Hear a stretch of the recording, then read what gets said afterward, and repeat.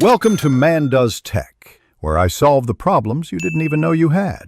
You start by confirming the pan is well seasoned. This prevents sticking and builds flavor over time. Once the pan is warm, reduce to medium-low and test a drop of water. It should dance.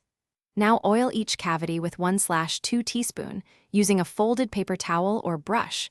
This creates a thin non-stick layer.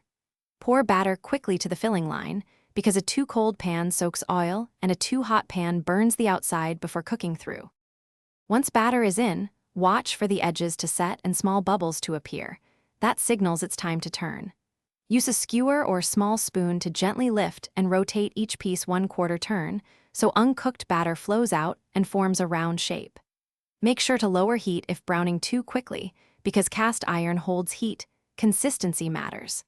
Continue turning every 30-45 seconds until all sides are evenly golden, which takes about Finish by increasing heat briefly for 10 to 15 seconds to crisp the exterior, then transfer to a wire rack to prevent sogginess.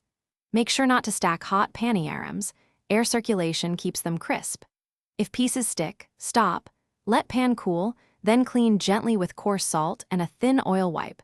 Dry thoroughly and bake with a light oil coat for 30 minutes to reseason. This restores the non-stick surface and prevents future sticking. Thanks for watching. If you found this helpful, don't forget to like and subscribe.